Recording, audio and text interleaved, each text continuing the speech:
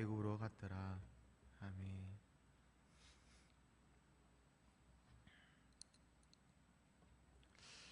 앞에 우리가 계속해서 묵상했던 본문에서는 요셉이 이제 형제들에게 자신의 정체를 밝혔습니다.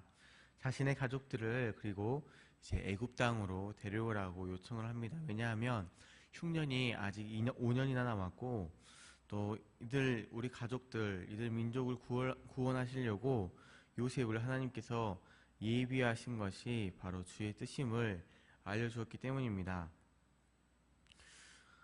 그리고 나서 이 형제들은 그 소식을 들고 돌아와가지고 야곱에게 이 소식을 알려줍니다. 그리고 이제 애굽 땅을 향하여서 출발합니다. 요셉의 형제들이 이 아버지 야곱에게 이 사실을 알리고 애굽 땅으로 가자고 하고, 오늘 본문은 이제 애굽 땅으로 출발하는 이 요셉이 아니죠. 야곱 그 가족의 이야기를 담고 있습니다. 처음 애굽 이주를 할 때에 성경은 특별히 야곱이라는 말을 쓰지 않고 이스라엘이라는 이름을 붙여서 이야기를 시작을 하고 있습니다.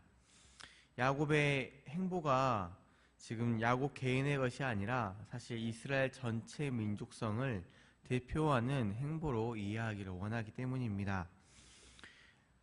계속 이스라엘로 쓰는 것이 아니라 후에 이제 야곱에게 이상이 나타났는데 이 이상 이야기가 진행되면서 명칭은 다시 야곱으로 바뀌게 됩니다. 애굽으로 바로 이주한 것 같지만 이 야곱은 중간에 한 곳을 들립니다. 그곳은 어디냐면 브엘세바라는 곳입니다. 이 브엘세바는 앞에서 우리가 전에 묵상하신 걸 기억하실지 모르겠지만 맹세의 우물이라는 뜻입니다. 혹은 일곱의 우물이라는 뜻인데요. 아브라함과 아비멜렉이 하나님 앞에서 언약한 곳이기도 하고 하나님의 약속의 땅에 대한 첫 공식적인 소유가 이루어진 곳이기도 합니다. 또 이삭이 흉년에 약속의 땅을 떠나 애굽으로 내려가려고 마음 먹었을 때에 하나님께서 내려가지 말라고 이렇게 말씀하시고, 그 말씀에 따라서 이삭이 살아갈 때에 하나님이 나타나셔서 그와 동행하신다는 것을 확증해 주셨던 것도 이 브엘세바였습니다. 즉 이 아브라함에게 주셨던 이 언약들, 이 조상들의 언약들을 확증해 주셨던 장소가 바로 이 브엘세바라는 장소였습니다. 이곳에서 야곱은 그의 아버지 이삭의 하나님께 희생 제사를 드렸다라고 기록을 하고 있습니다. 이제 하나님은 아브라함과 이삭에 이어서 오늘 야곱에게도 나타나십니다.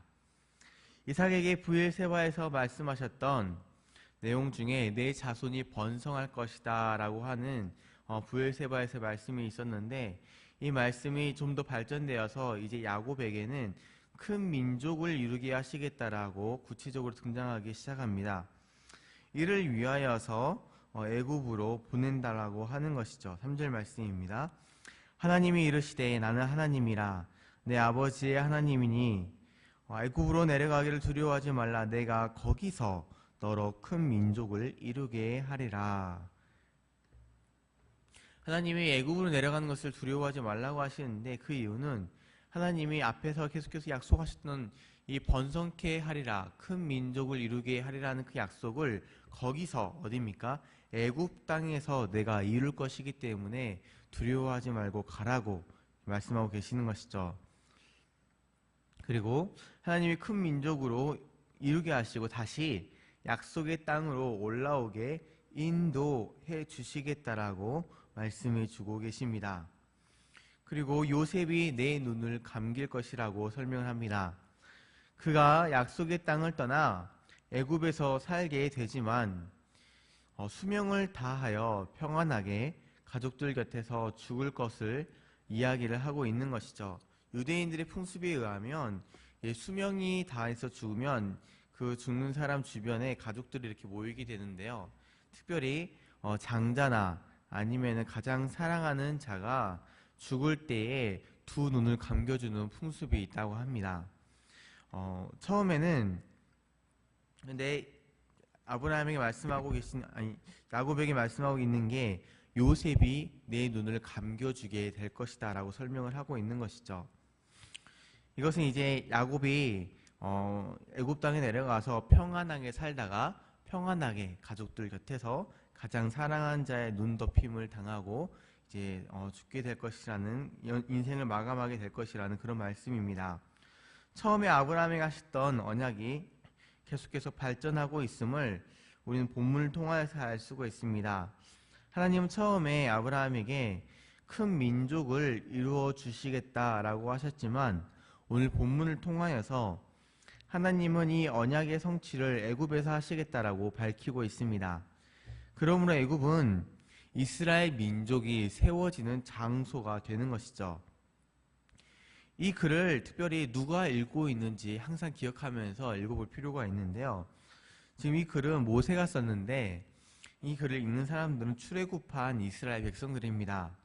저희가 처음에 이 요셉의 이야기를 시작하면서 제가 드렸던 말씀은 야곱의 족보를 시작할 때에 했던 말입니다. 그것은 이 글을 읽는 이스라엘 백성에게 의문이 한 가지가 있다는 것이죠.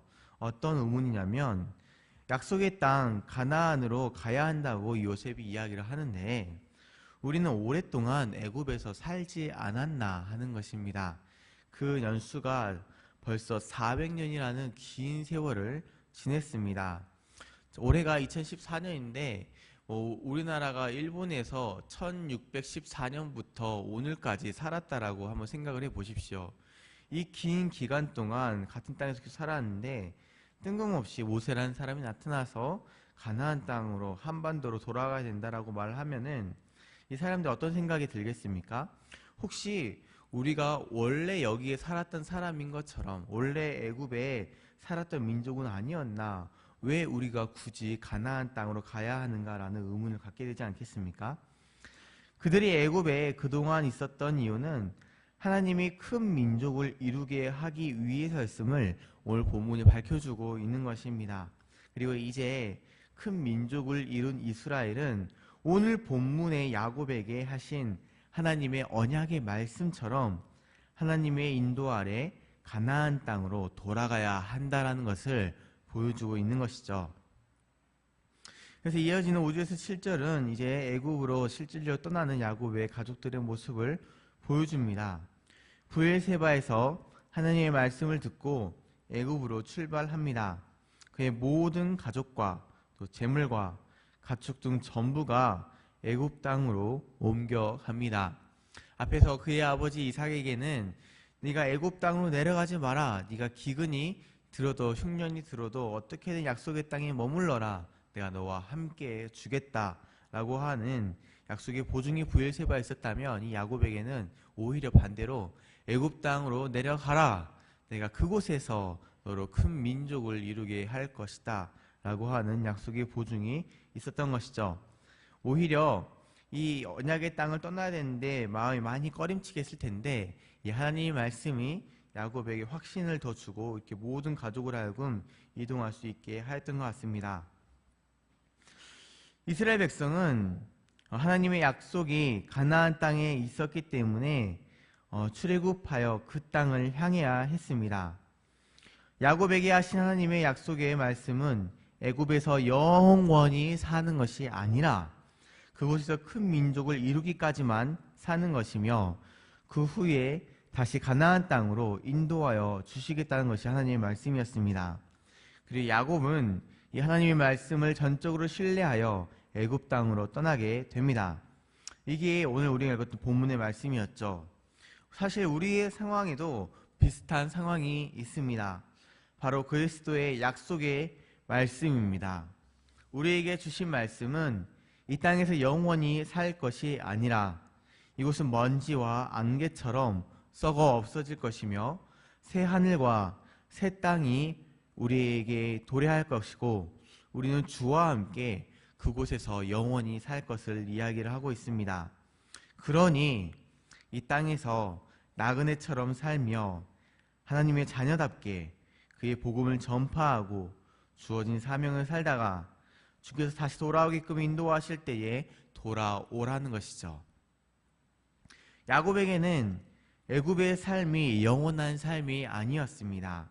돌아갈 가나안 땅, 즉 약속의 땅을 약속받고 가는 것이었습니다.